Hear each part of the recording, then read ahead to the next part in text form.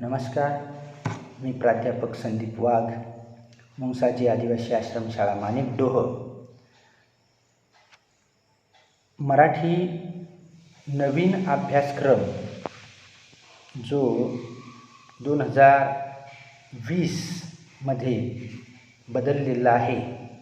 तर या मराठी विषयामध्ये जो गद्यपाठ आहे पहिला, ज्याचं नाव आहे वेगवशता, तो आज आपल्याला बघायचा आहे. आणि या पहिल्या पाठाचे लेखक आहेत प्राचार्य शिवाजीराव भोसले. यांचा जन्म 1927 आणि मृत्यू 2010. यांच्याबद्दल थोडक्यात आपण परिचय बघूया.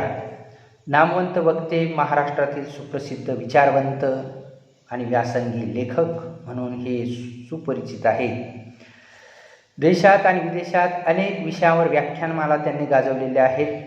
म्हणजे प्रबोधनाचं काम त्यांनी आपल्या आयुष्यभर केलेलं आपल्याला या ठिकाणी दिसतं. कारण पुणे येथे एक व्याख्यानमाला आहे जिचं नाव आहे वसंत व्याख्यानमाला. त्या ठिकाणी त्यांनी 28 वर्ष व्याख्याने दिलेली आहे. वक्तृत्व त्यांचं अतिशय सुंदर होतं. त्यांचे काही वेगवेगळे जे काही पुस्तकं लिहिलेले आहेत त्यामध्ये आपल्याला असं सांगता येईल की कथा वक्तृत्वाची, जागरखंड 1 व 2, जीवनवेग, दीपस्तंभ, देशोदेशांचे दार्शनिक, मुक्तिगाथा महामानवाची, यक्षप्रश्न, हितगोष्टी असे अनेक ग्रंथ त्यांचे प्रकाशित आहेत. त्यांच्याबद्दल महत्त्वाची गोष्ट सांगायची म्हणजे औरंगाबाद या ठिकाणी असणारे जे डॉक्टर बाबासाहेब आंबेडकर मराठवाडा विद्यापीठ आहे त्याचे ते माजी कुलगुरू होते. तसेच अनेक पुरस्कार त्यांना मिळालेले आहेत. त्यामध्ये आपण जर पाहिलं तर राजर्षी शाहू महाराज पुरस्कार कोल्हापूर, श्रीमंत मालोजीराजे स्मृती पुरस्कार फलटण, या अशा प्रतिष्ठित पुरस्कारही त्यांना मिळालेले आहेत, सन्मानित झालेले आहेत. आता हे झालं त्यांचं थोडक्यात अशा प्रकारची माहिती. खूप व्यासंगी, अभ्यासू अशा प्रकारचे व्यक्तिमत्व होतं, प्रभावशील व्यक्तिमत्व होतं यांचे जे व्याख्यानं असायचे त्या व्याख्यानातून हजारो विद्यार्थी त्या ठिकाणी प्रेरणा घेत होते. सर्वांना म्हणजे या ठिकाणी आपल्याला लहान मुलांपासून ते अगदी प्रौढ मुलापर्यंत किंवा प्रौढ व्यक्तीपर्यंत, त्यांच्याही पुढं जाऊन जर आपल्याला सांगायचं तर अगदी वृद्ध माणसापर्यंत सुद्धा उपयोगी येईल अशा प्रकारची त्यांची व्याख्यानं होती. आता त्यांनी खूप चांगल्या अशा प्रकारचं लेखन या ठिकाणी केलेलं आहे. या ठिकाणी आपल्याला सांगता येईल की जागर या खंडामधून त्यांचा हा पाठ घेतलेला आहे. वेगवशता या नावामध्येच आपल्याला थोडीशी कल्पना येते की वेगवशता, वश, वेगाच्या आहारी जाणे. जसं आता आपण बऱ्याच वेळेस म्हणतो की एखाद्या व्यसनाच्या अधीन जाणे, व्यसनाधीनता, तसं ही वेग अधीनता म्हणजे वेगवशता. म्हणजे वेगानं आपल्याला अधीन करून घेतलेलं आहे. आपण स्वतःला खूप अशा प्रकारचं बुद्धिवान माणूस म्हणतो. आपण अनेक प्राण्यांना वश केलेलं आहे. अनेक गोष्टी आपण आपल्या मानवाना आपल्या हातामध्ये घेतलेल्या आहेत. परंतु जसं व्यसन आहे, व्यसन माणसाला आधी व्यसनावर अधीन माणूस असतो, नंतर व्यसन आपल्या माणसावर अधीन होत असतं. तशा प्रकारे आजचं हे जे जग आहे हे आज आपण म्हणतो जग खूप जवळ आलेलं आहे. का म्हणतो असं? कारण दळणवळणाची साधनं मोठ्या प्रमाणात उपलब्ध झालेली आहे. आणि ही दळणवळणाची साधनं मोठ्या प्रमाणात उपलब्ध झाल्यामुळं आज जगामध्ये प्रत्येक जण पाहिजे ती माहिती सहज इंटरनेटद्वारे मिळवू शकतो. तसंच पाहिजे त्या ठिकाणी लवकरात लवकरसुद्धा पोहोचू शकतो. पहिल्यासारखी आता दळणवळणाची साधनांची कमतरता अजिबात राहिलेली नाही. अनेक विज्ञान आणि ज्ञान, तंत्रज्ञान यामध्ये बदल होत जात आहे. अनेक अशा प्रकारचे शोध लागत आहेत. त्यामुळं नवीन आणखी वाहनांचा वेगसुद्धा प्रचंड वाढलेला आपल्याला दिसतो. तर आज आपण हा पाठ पाहायचा आहे वेगवशता. तर यामध्ये प्राचार्य शिवाजीराव भोसले यांनी की अतिवेगाच्या आहारी गेलेल्या माणसाच्या विकृतीवर नेमकेपणाने बोट ठेवलेलं आहे. तर आपण आता सुरुवात करूया. पहिला पाठ आहे वेगवस्था. तर यामध्ये वेग हे गतीचे रूप आहे. आपले जीवन ही स्थिती आणि गती यात विभागलेले आहे. थांबणे, चालणे, धावणे असे हे जीवनचक्र फिरतच असते. अगदी बरोबर आहे, कारण जिवंतपणाचं लक्षण म्हणजे हालचाल आहे, वेग आहे, गती आहे, हे सर्व आहे. स्थिती, गती, लय ह्या जीवनाच्या 3 अवस्था आहेत महत्त्वाच्या. आणि म्हणून जर गतिहीनता जर आली तर सर्व साचरेपण निर्माण होतं. आणि म्हणून जीवनामध्ये गती आवश्यक आहे. आपण थांबतो, चालतो, धावतो, हे सर्व जीवनचक्र आहे. याशिवाय हे चक्र हे फिरतच राहणार. याशिवाय हे जीवन पुढे जाऊ शकत नाही, हे सत्य आहे. आपल्या विचारांनाही गती असते, जिला आपण प्रगती म्हणतो. ती विचारांची गती असते. गतीला जेव्हा दिशा असते तेव्हाच ती प्रगती या संज्ञेला पात्र ठरते. पहा, यात त्यांनी सांगितलेलं आहे की आपले विचारसुद्धा गतिमान असतात. माणूस जरी एका ठिकाणी थांबलेला असला तरी त्याचे विचार हे सुरूच असतात, कारण त्याचं हे जे मन आहे हे मन सतत काही ना काही विचार करत असतं. आणि विचार करणं हे मानवाचं एक मुख्य लक्षण आहे. आणि म्हणून या विचारांना जी गती असते त्याला प्रगती म्हटलेलं आहे. विचारांच्या गतीला गती तर आहेच, परंतु ती सुयोग्य असेल तर ती प्रगती, ती विचारांची गती असते.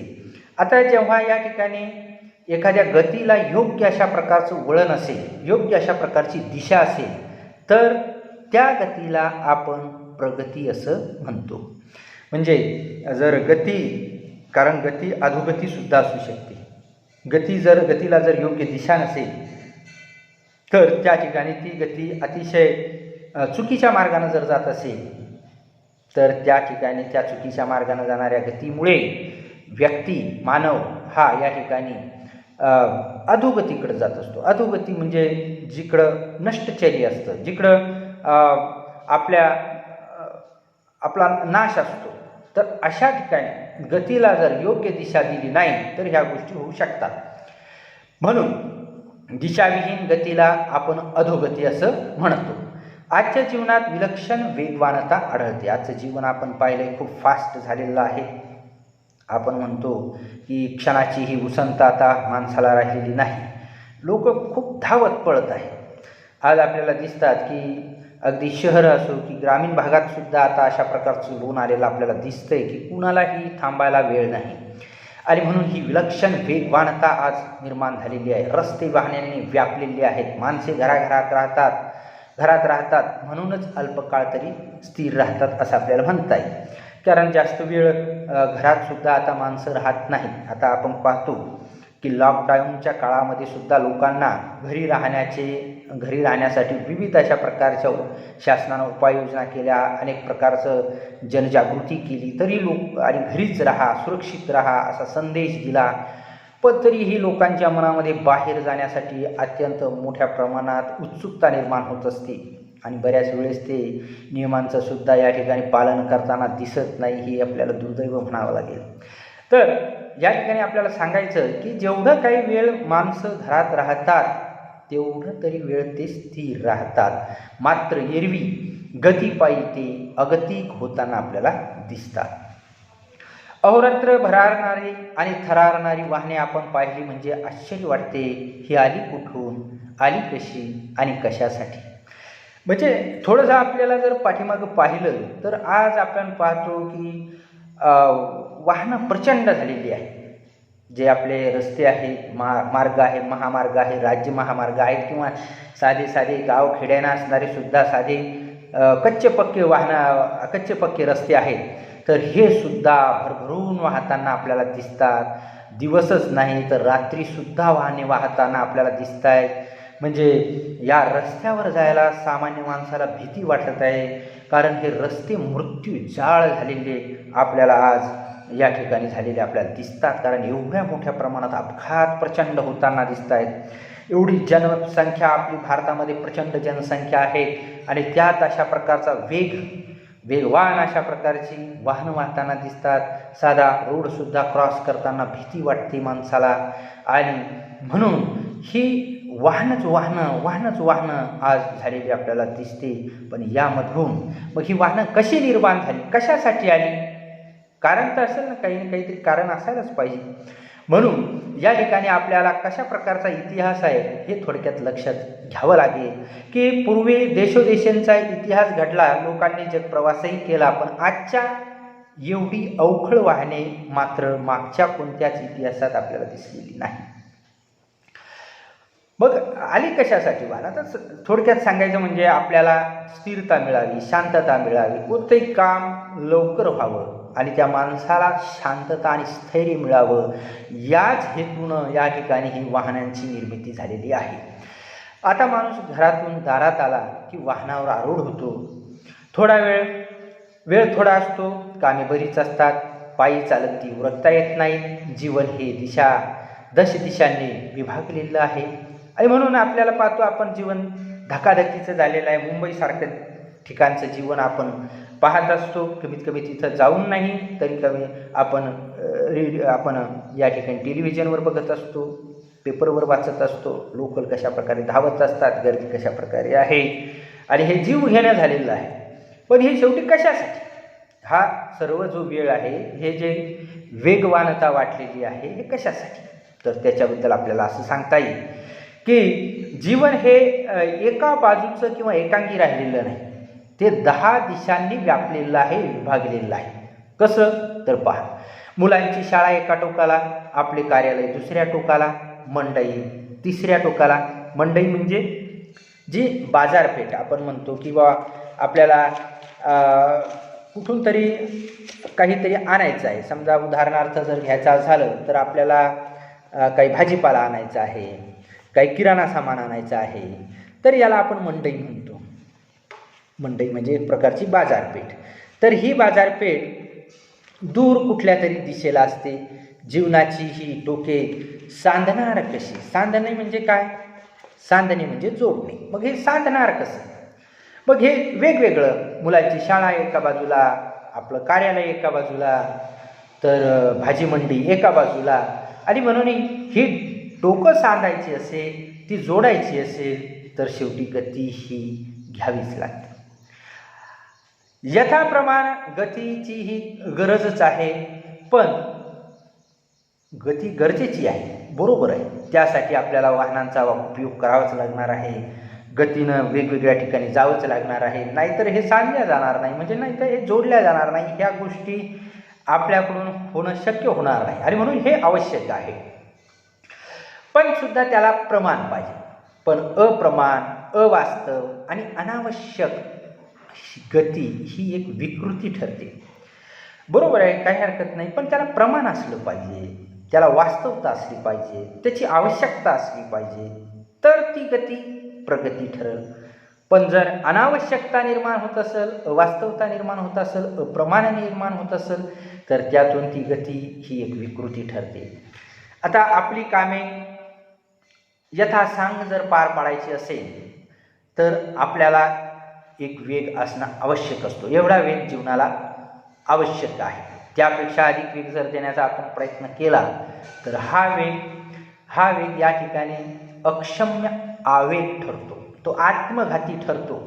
अमेरिकेसारखे देश पाहतो आपण की जिथं विकसित देश आहे तो, त्या देशामध्ये माणसे वेगाने जीवन जगताना आपल्याला दिसतात. America, USA, United states of America, या देशामध्ये आता हा जगासाठी आयडॉल अशा प्रकारचा देश आहे. सर्व विकसित असेल किंवा विकसनशील असेल किंवा गरीब राष्ट्र असेल, त्यांच्यासाठी अमेरिका हा एक आयडॉल आहे. त्याच्याप्रमाणे जगण्यासाठी प्रत्येक देश धडपडत असतो आणि पाश्चात्यांचं अंध असं म्हणता येईल आपल्याला, अंधानुकरण करताना सुद्धा आपण दिसतो. पण त्यांची परिस्थिती वेगळी आहे. त्यांचं क्षेत्रफळ प्रचंड आहे, त्यांची लोकसंख्या कमी आहे, त्यांची दरडोई उत्पन्न प्रचंड आहे, घरोघर अशा प्रकारचं विरळ अशा प्रकारची वस्ती आहे. आता त्यांचं जर आपण पाहिलं तर रस्ते रुंद आहेत, सरळ आहेत, निर्विघ्न आहेत, एकमार्गी आहे. आणि म्हणून घरे, कार्यालय, बाजारपेठा यात निदान 100 मैलांचं अंतर एवढं राहत असतं. जवळच्या जवळ सगळे असे तिथं काहीच राहत नाही, जवळच्या जवळ काहीच राहत नाही, सर्व वेगवेगळं, खूप लांब लांब. आणि म्हणून त्या ठिकाणी आणि कसं आहे, रस्ते पुन्हा सरळ मार्गी आहे. म्हणजे आपल्याकडे कसं आहे, एकच रस्ता असेल तर तिकडून डावीकडून येणारे, उजवीकडून जाणारे, जवळून जवळून जाणारे, त्याच पद्धतीनं म्हणजे ज्याला आपण एक मार्गी म्हणूया, ज्याला आपण काय म्हणू एक मार्गी म्हणजे फक्त वन वे म्हणजे एका ठिकाणून चालले की त्या रोडवर म्हणजे पूर्वेकडून जर पश्चिमेकडे जात असेल तर सरळ पूर्वेकडून पश्चिमेकडेच जाईल, पश्चिमेकडून पूर्वेकडे येणारा जो मार्ग राहील तो दुसरा राहील. त्या ठिकाणी पश्चिमेकडून पूर्वेकडे येणाऱ्या मार्गामध्ये पूर्वेकडून पश्चिमेकडे जाणारा व्यक्ती राहत नाही, अशी वाहनं राहत नाही आणि म्हणून ते निर्विघ्न असतात, एक मार्गी असतात. आता अंतरावरच्या गोष्टींशी जवळीक साधण्यासाठी दूर दूर त्यांना जावं लागतं. यातून माणसात दूर जावं लागतं आणि म्हणून दुरावा निर्माण होतो आणि तो दुरावा जाचदायक असतो. कारण माणूस हा समाजशील प्राणी आहे, त्याला जवळ राहावं वाटतं आणि म्हणून हा दुरावा त्या ठिकाणी जो निर्माण झालेला आहे, हे अमेरिकेचं सांगत आहे, अमेरिकेतल्या लोकांसाठी तो दुरावा त्या ठिकाणी कमी करण्यासाठी म्हणून त्यांना, कारण तो दुरावा जाचदायक असतो, असह्य असतो, तो सहन करू शकत नाही, म्हणून त्यांना वेगाचा आश्रय त्या ठिकाणी घ्यावा लागतो. वेगामुळे माणसे बेभान होतात, म्हणून त्या ठिकाणी गरज आहे, काही हरकत नाही, त्यांनी वेग धारण केला तरी हरकत नाही. कारण त्या ठिकाणचे लोकही, वस्तीही विरळ आहे, सर्व दूर आहे, क्षेत्रफळ प्रचंड आहे, लोकसंख्या अतिशय कमी आहे, त्यांचं दरडोई उत्पन्न भरपूर आहे, म्हणून चांगल्या प्रकारचे रस्ते तिथं झालेले आहेत, सरळ रस्ते आहेत, निर्विघ्न आहेत, कोणत्याही प्रकारचे वन वे आहेत आणि म्हणून त्या ठिकाणी वेग तिथं आवश्यक आहे किंवा त्यांची ती गरज आहे. पण वेगाच्या म्हणजे ज्या ठिकाणी वेग जास्त होतो तेव्हा माणसे बेभान होतात. तुम्ही बघा, एखादं वाहन चालवायला घेतलं आपण, ते जर कंट्रोलमध्ये असेल म्हणजे त्या ठिकाणी आपण सहजपणानं त्या ठिकाणी त्याच्यावर आपण कंट्रोल करू शकत असेल तर आपण आपलं भान हरपत नाही. परंतु वेग जर बेभान वाढत असेल तर माणसंसुद्धा बेभान होतात आणि भान जर हरपलं तर त्या ठिकाणी अस्वस्थता विरून जाते आणि एक बेहोशी येते, एक नशा येते आणि नशेमध्ये तर आपण पाहतो म्हणजे भान हरवणं म्हणजे ज्याला आपण बेभान होणं आणि त्यामुळं बेभान झालं तर एक बेहोशी येते, एक नशा येते आणि त्यामध्ये परिणामांची चिंता राहत नाही. भारतीयांनी मात्र अमेरिकन जीवनशैली पत्करण्याचे कारण नाही, त्यांची ती आवश्यकता होती, त्यांचं अनुकरण चांगल्या गोष्टीचं आपल्याला हरकत नाही, परंतु आपली भौगोलिक स्थिती, आपली लोकसंख्या, आपले रस्ते, आपले दरडोई उत्पन्न आपण लक्षात घेऊन आपण त्यांच्यासारखे बेहोश होणार नाही याची आपल्याला काळजी घ्यावी लागते. पण आपण जे तुम्हाला आत्ताच सांगितल्याप्रमाणे अंधानुकरण करणं अतिशय वाईट आहे. पाश्चिमात्यांचं अंधानुकरण करण्याची गरज नाही, आपल्या परिस्थितीनुसार आपल्याला या ठिकाणी राहावं लागेल. जीवनशैली त्यांचीच जीवनशैली ती त्यांना त्या ठिकाणी योग्य आहे, पण आपण त्यांचं अशा प्रकारची जीवनशैली पत्करून धोका पत्करणे हे काही योग्य नाही. म्हणून या ठिकाणी आपण कोणतीही गोष्ट बुद्धिपटलावर घासून आपण घेतली पाहिजे.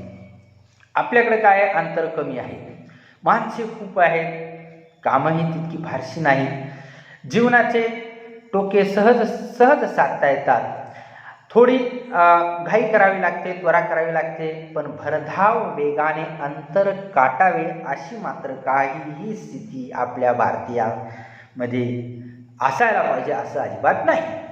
कारण माणसं भरपूर आहेत आपल्याकडं, म्हणजे आपण पाहतो की भारत हा क्षेत्रफळानं जरी आपल्याला जास्त वाटत असेल, परंतु इतकी लोकसंख्या आहे की त्या लोकसंख्येच्या मानानं आपण जगामध्ये एक नंबरवर आहोत असं म्हटलं तरी वावगं नाही.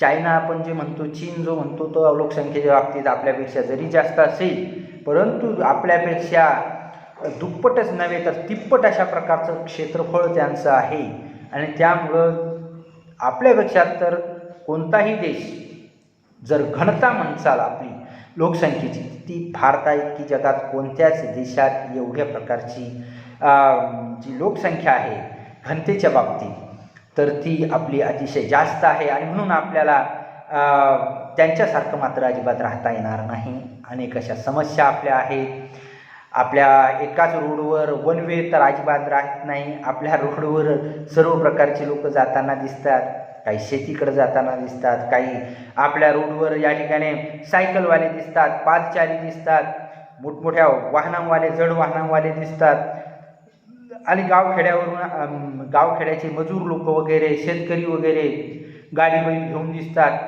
काही त्या ठिकाणी आपण पाहतो की काही गुरे चारणारे, काही मेंढ्या शेळ्या चारणारे सुद्धा लोक असतात. त्यामुळे आपल्याला सर्व घेऊन चालावं लागतं आणि म्हणून आपल्याला वेगावर नियंत्रण असलं पाहिजे. त्यांच्यासारखी परिस्थिती आपली नाही.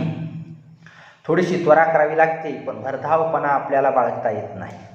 तर मुंबईसारखं जर विचार केला, मोठमोठी जी नगरं आहेत, मुंबई, पुणे, नाशिक, नागपूरसारखे अशी मोठी मोठी, तर ही नगरं गाड्यांनी सांधलेली आहेत.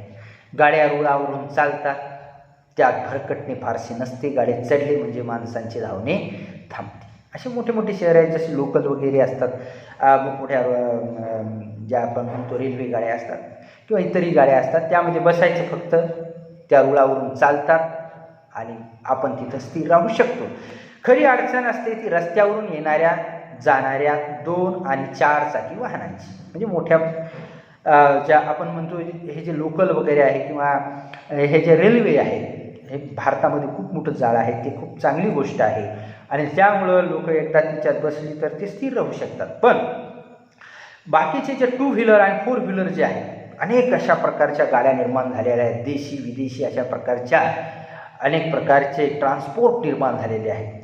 बघ, ह्या दुचाकी मोठ्या प्रमाणात वाढलेल्या आहेत, 4 चाकी मोठ्या प्रमाणात वाढलेल्या आहेत. मला तर या ठिकाणी अभिनंदन करावं असं वाटतं की आपल्या या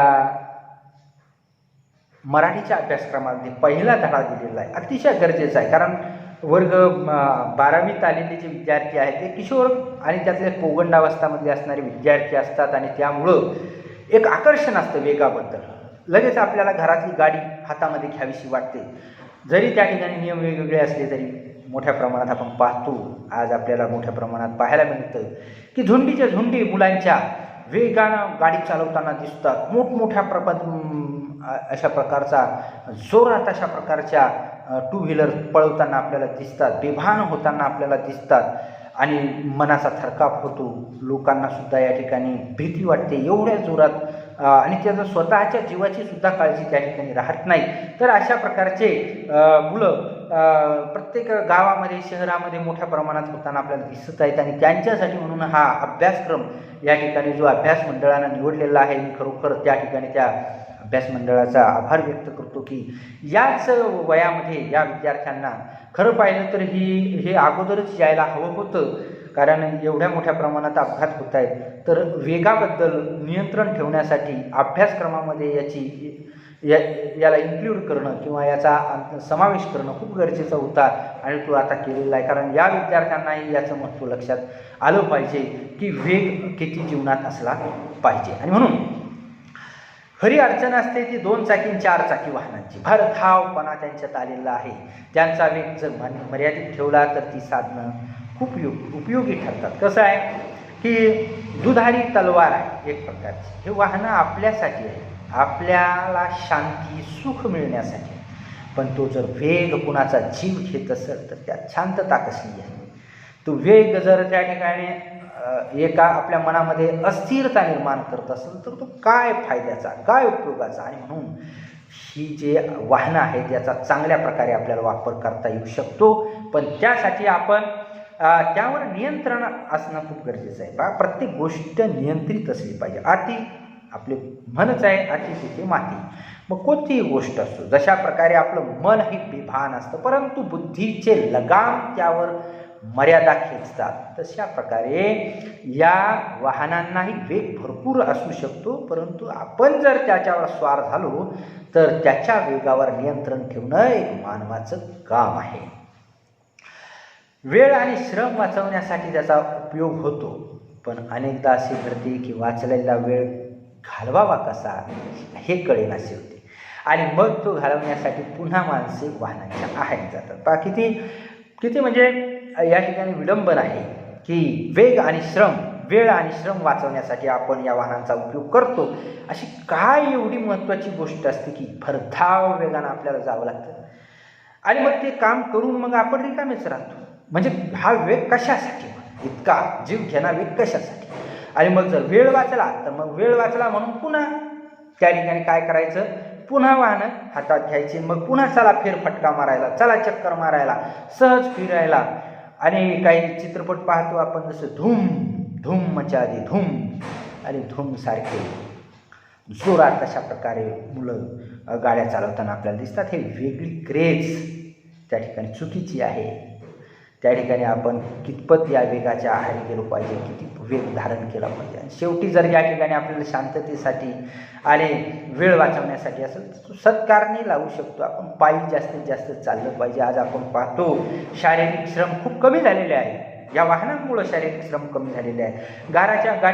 घराच्या बाहेर आपण पाऊल ठेवलं की लगेच आपल्याला गाडी लागते, थोडंही आपल्याला चालता येत नाही. आणि त्यामुळं आपले शारीरिक अशा प्रकारचे वेगवेगळे आजार निर्माण झालेले आहेत. हेही आपल्याला इथं आवर्जून सांगावं लागेल.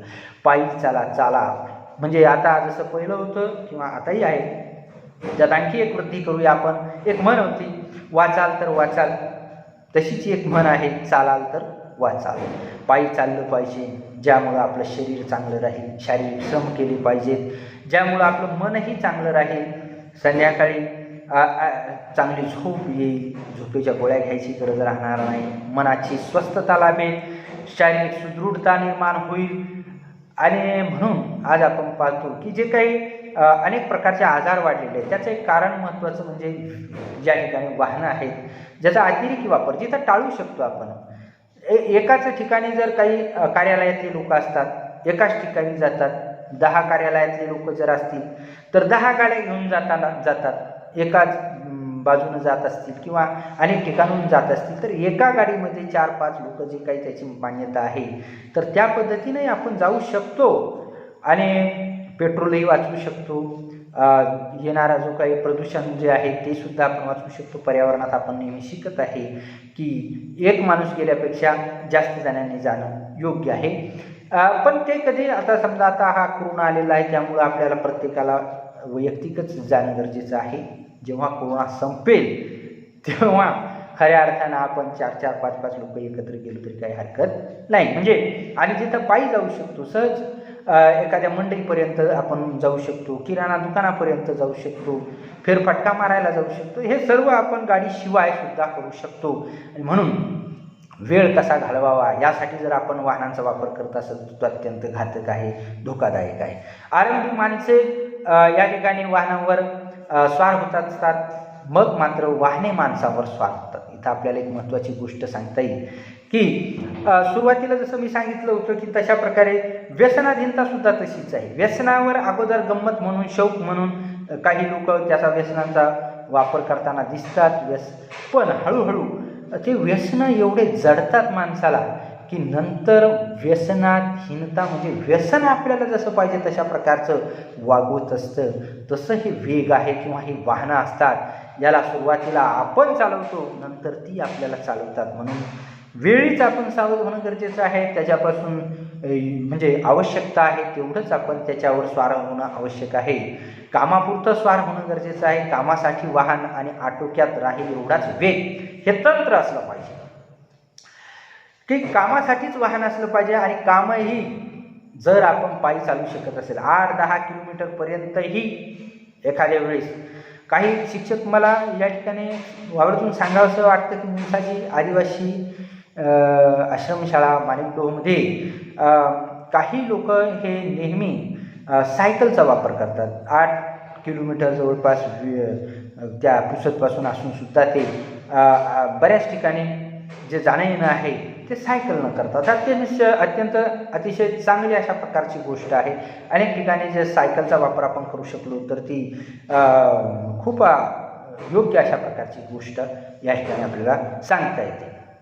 म्हणून जिथं जाता येईल, काम असेल तरच आपण वाहन वापरायचं आणि आटोक्यात राहील. आटोक्यात म्हणजे ज्याच्यावर आपण कंट्रोल म्हणतो, कंट्रोल राहील अशा प्रकारचाच वेग असला पाहिजे. हे एक तंत्र आहे, तर आपलं जीवन खऱ्या अर्थानं या ठिकाणी अर्थपूर्ण होईल असं मला वाटतं.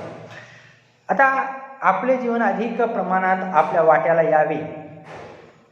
आपल्याला ईश्वरानं दिलेलं जीवन आहे, निसर्गानं दिलेलं जीवन आहे. हे जीवन जगण्यासाठी आपला जन्म झालेला आहे आणि हे जर आपल्याला आटोक्यात आणि अर्थपूर्ण अशा प्रकारचं जीवन जर जगायचं असेल तर आपल्याला पूर्ण जीवन जर जगायचं असेल तर हे तंत्र अनुभवावं लागेल.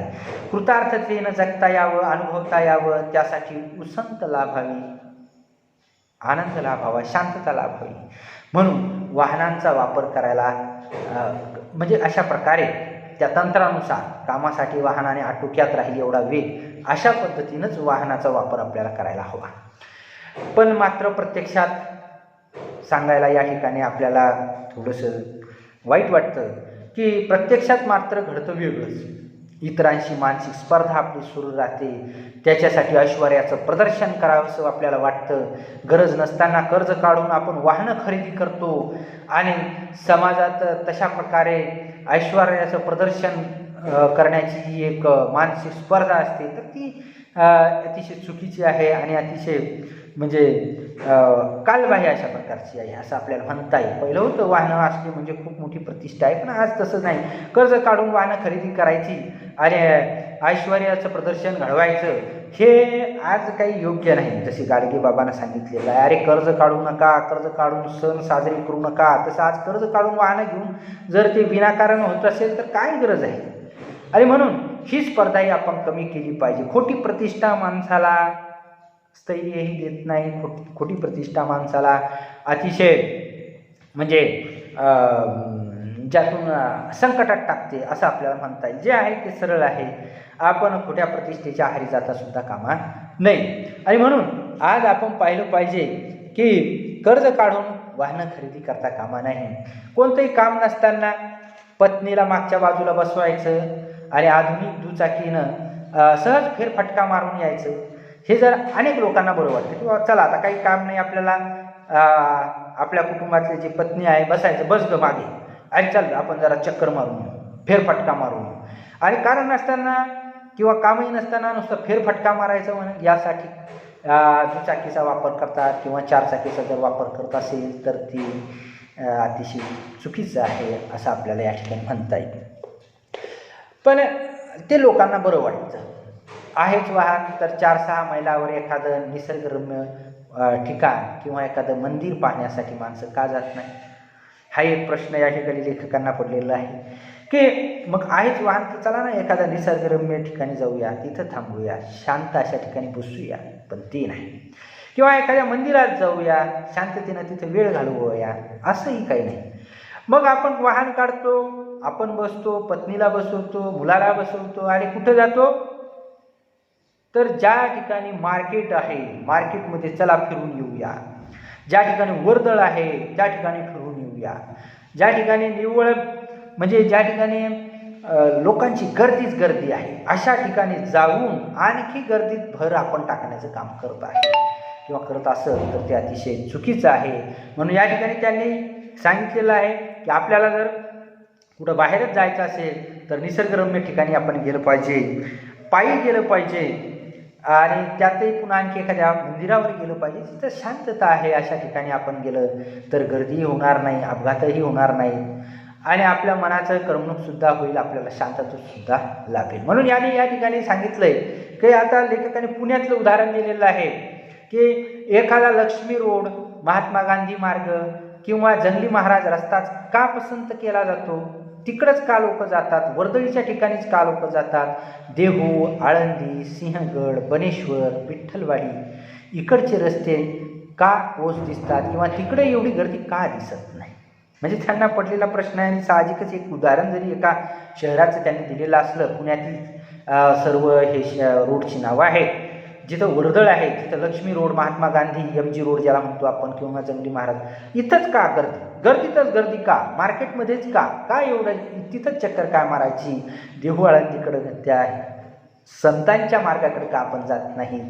सिंहगड ज्याला पहिलं नाव कोंढाणा होतं तर त्या सिंहगड तिकडं त्या रस्त्याकडं वर्दळ नसलेल्या ठिकाणी का जात नाही, विठ्ठलवाडीकडे का दिसत नाही, हे त्यांची खंत आहे आणि हे आपल्याला सर्वांना माहीत आहे. म्हणून आपण आपला विचारसुद्धा बदलला पाहिजे.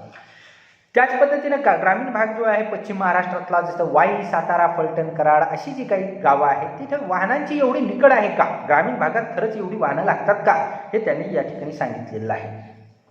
साध्या शेतमळ्यात जरी जायचं असेल तर किंवा तातडीचा भाग म्हणून कधी वाहन लागेल, एखाद्या वेळेस आपण पाहतो ग्रामीण भागात जर आपल्याला निकड असेल म्हणजे गरज असेल तरच आपण या ठिकाणी तातडीचा भाग म्हणून वाहन वापरायला पाहिजे, म्हणजे गरज आहे. नाहीतर एरवी आपण राहणे गावावर होत असेल आणि तर वाहनाचा उपयोग होईल. जर गावाबाहेर आपण राहत असेल तर मग काय हरकत नाही, गावात यायला वाहन असेल लागतंच, तर वाहनाचा उपयोग आपण करायला काहीच हरकत नाही. पण सहज आणि सुखाने येणे जाणे सोडून नुसत्या वेगाने येरझारा कशासाठी घालायच्या? म्हणजे खरोखर शेतात जायचं असेल तर गाडी गरजेची आहे का? गरज असेल तर नाही, आपण सहज पायी जायला कंटाळा येतो म्हणून वाहनांचा उपयोग करायचा आणि ती वाहनं मग जोरात चालवायची, गरज नसताना पेट्रोल जाळायचं, डिझेल जाळायचं, प्रदूषण करायचं. हे कशासाठी? वेग कशासाठी वाढवायचा? आणि त्यामुळं एका चांगल्या व्यक्तीकडे पाहून पुन्हा दुसरी लोक अनुकरण करतात आणि म्हणून त्या व्यक्तीनं जर आपलं पायी जाऊन शेतमाळ्यात जात असेल तर शरीराचीही चांगल्या अशा प्रकारचं शरीराची गरज भागते, शरीर सुदृढ राहते आणि वाहनंही टाळल्या जातात, रोडही रस्तेही निर्मनुष्य होऊ शकतात किंवा निर्मनुष्य म्हणल्यापेक्षा कमी वाहनाचे होऊ शकतात. तर हे सुखानं येणं जाणं सोडून, सहज येणं जाणं सोडून हे कशासाठी? हा प्रश्न या ठिकाणी त्यांना पडलेला आहे. नक्कीच आपण त्याच्यावर उत्तर देणं आवश्यक आहे की आपण सुद्धा हे टाळू शकतो. ग्रामीण भागातलं उदाहरण दिलेलं आहे, गरजच नाही. पहिल्यानंही अगोदर एवढ्या मोठ्या प्रमाणात आवश्यकता नव्हत्या, तेव्हाही शांततेनं लोक जीवन जगत होते आणि मला तर असं वाटतं की आजच्यापेक्षा अधिक सुखानं आणि शांततेनं ते जीवन जगत होते. आज वेग वाढलेला आहे, सुख मिळण्यासाठी वेग वाढलेला आहे. वेग वाढला पण सुख मिळालं का? हा मात्र एक मोठा प्रश्न आहे. म्हणून या ठिकाणी त्यांनी सर्वांना आवाहन केलेलं आहे की आपण आहेच गाडी तर मारू चक्कर, अशी भावना बाळगून आपण रस्त्यावर अडचणी निर्माण करत असू तर हे अतिशय चुकीचं आहे. असे अडचणी निर्माण करणाऱ्यांना रसिक म्हटलेलं आहे. असे रसिक जे आहे गाडी तर मारू चक्कर म्हणणारे जे रसिक आहेत, ज्यांची आज दिवसेंदिवस वाढ रस्त्यानं होताना आपल्याला दिसत आहे, ती आपण टाळली पाहिजे.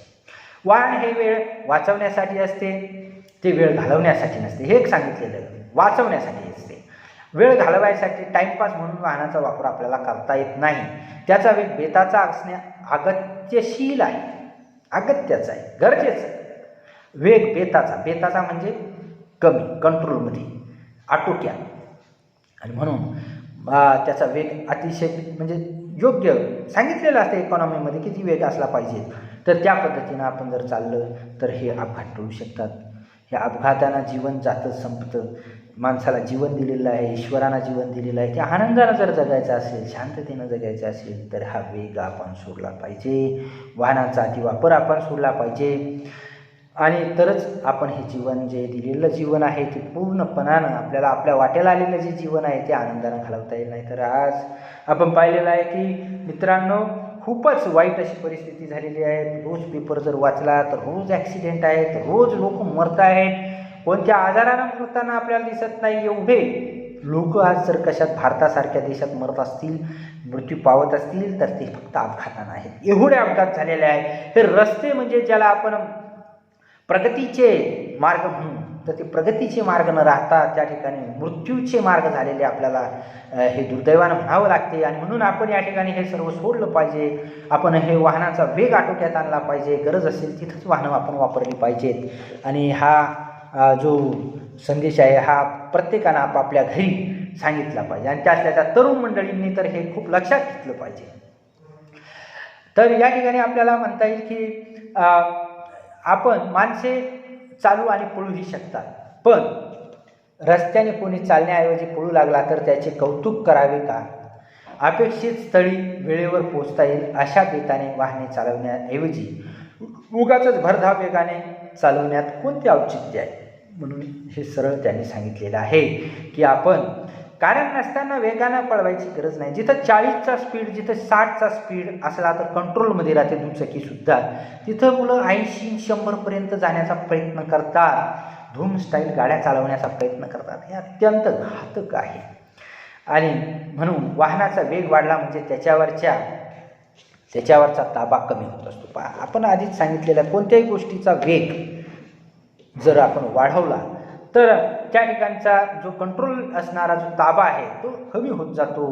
पुढचे वाहन मागे टाकून पुढे जाण्याचा हव्याससुद्धा अनेक अपघात घडवत असतो. म्हणजे आता काय ज्याला आपण ओव्हरटेक करणं म्हणतो, स्पर्धा करायची, गाड्या चालवायची स्पर्धा कशाला करायची? स्पर्धाच करायची असेल तर ज्ञानरूपी वेगवेगळ्या अशा चांगल्या अशा प्रकारच्या स्पर्धा परीक्षा आहेत, त्याची स्पर्धा करणं गरजेची आहे. गाड्या मागून पुढं काढण्यात कोणता मोठा शहाणपणा आणि कोणती वीरता आहे? त्यात काय एवढा शूरपणा आहे की तुम्ही फक्त एक्सलिटर वाढवत आहे? ह्यामध्ये कोणते श्रम पडतात? आणि म्हणून दुसऱ्याचा आणि स्वतःचा सुद्धा जीव या ठिकाणी धोक्यात घालणं आपण टाळलं पाहिजे. आणि ओव्हरटेक करणं आणि कुठं ओव्हरटेक करायचं, काय करायचं, या बाबतीतले असणारे वाहनांचे आज आपण मोठ्या प्रमाणात पाहतो. काही मला या ठिकाणी शासकीय अशा प्रकारच्या काही गोष्टीसुद्धा इथं याला कारणीभूत आहेत असं खेदानं सांगावं लागतं की इथं दुचाकी चालवणारा, चारचाकी चालवणारा, वेगाचे काही, वाहनाचे काही जे काही नियम असतात, रस्त्याचे काही जे नियम असतात ते आम्हाला माहीत नाही. त्याचीसुद्धा मी तर या ठिकाणी विनंती करतो की अभ्यास मंडळानं या ठिकाणी जे काही नियम असतात तेही सुद्धा आपल्या अभ्यासक्रमात दिले पाहिजे. की आपण चालताना डाव्या साईडनं चाललं पाहिजे, 5-4 कोणत्याच साईडनं चाललं पाहिजे, त्यानंतर वाहनाचा वेग किती असला पाहिजे, त्यानंतर ओव्हरटेक करताना आपण कुठे ओव्हरटेक केलं पाहिजे, वळणावर किंवा ज्याला आपण टर्न म्हणतो तर त्या टर्नवर बरेच जण ओव्हरटेक करण्याच्या प्रयत्नात त्या ठिकाणी अपघात होऊन मृत्यू झालेला आपल्याला दिसतो. तर हे सर्व कळण्यासाठी आपल्याला वाहनांच्या नियमाची, रस्त्यावरच्या वाहनं कशी चालवायची, काय चालवायची, कोणते सिग्नल असतात, काय असतात खुणा त्याच्या, तर या संदर्भातलं सुद्धा माहिती आपण नक्कीच मिळवली पाहिजे. जशी मिळेल तशी मिळवली पाहिजे. म्हणून या ठिकाणी ओव्हरटेक करणं, रात्रीच्या गाड्या, पुन्हा आणि बरेच वेळेस आता व्यवसाय करणारे जे काही लोक आहेत बऱ्याच वेळेस एकच ड्रायव्हर ठेवतात आणि एकच ड्रायव्हरनं मग चालवली गाडी, म्हणजे तो दिवसाही चालवतो, रात्रीही चालवतो. शेवटी माणसाचं एक शरीर आहे, त्याला निद्रा आवश्यक असते. पण त्या ठिकाणी कर्ज काढून गाड्या घेतलेल्या असतात, कर्जाचे हप्ते भरायचे असतात, म्हणून तो सुद्धा त्या ठिकाणी कोणत्याच प्रकारचं नियमांचं पालन न करता रात्रीसुद्धा गाड्या चालवतो. 2-2 ड्रायव्हर असायला हवेत, पण तो एकटाच ड्रायव्हर चालवत असतो, त्याची झोप झालेली नसते आणि आपोआप रात्रीला सकाळच्या वेळेस त्याचे डोळे लागायला लागतात किंवा लागतातच. आणि म्हणून त्या ठिकाणी मोठ्या प्रमाणात अपघात झालेले असे हजारो उदाहरणं आहेत आणि हजारो लोक या ठिकाणी मेलेले आहेत. हजारो लोक या ठिकाणी अपघातात मृत्यू प्राप्त झालेले लोक आहेत. आणि म्हणून हे सर्व जर टाळायचं असेल तर रात्रीच्या वेळी लक्षण वेगाने धावणाऱ्या गाड्या थांबल्या पाहिजेत. रात्राणी म्हटलं जातं त्यांना, म्हणजे विलक्षण वेगानं धावा, म्हणजे रात्रीचं दुसरा कोणीच त्याच्यावर चालणार नाही, अशा प्रकारे राणी म्हणजे बाकी कुणीच नाही. मग कुणी जर आला तर त्याला सरळ धडकून द्यायचं किंवा मारायचं किंवा तशा प्रकारे राणी म्हणजे फक्त मीच चालणार, अशा प्रकारची मानसिकता लक्षात घेऊन त्या ठिकाणी भरधाव वेगानं गाड्या चालत असतील तर एवढी काय महत्त्वाची कामं दरवली असतात का, हा एक प्रश्न आहे.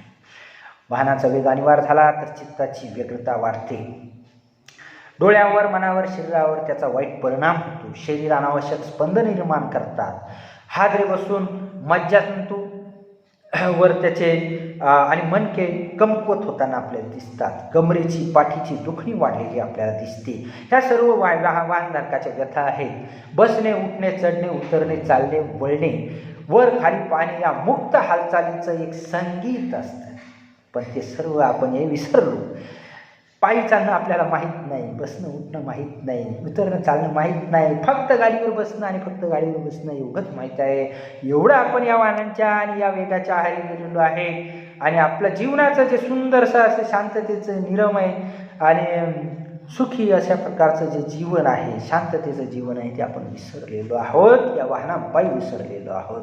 आणि म्हणून हे सर्व चांगलं सुंदर संगीत विसरून आपण स्वतःला वाहनाशी जखडून ठेवलेलं आहे, हे अतिशय चुकीचं आहे. आणि म्हणून वाहनांचा वेग अंगीकारून आपण आपल्या शरीर व्यापारात अडथळे निर्माण करण्याचं जे धोरण आहे ते निसर्गविरोधी आहे. निसर्ग हे सांगत नाही.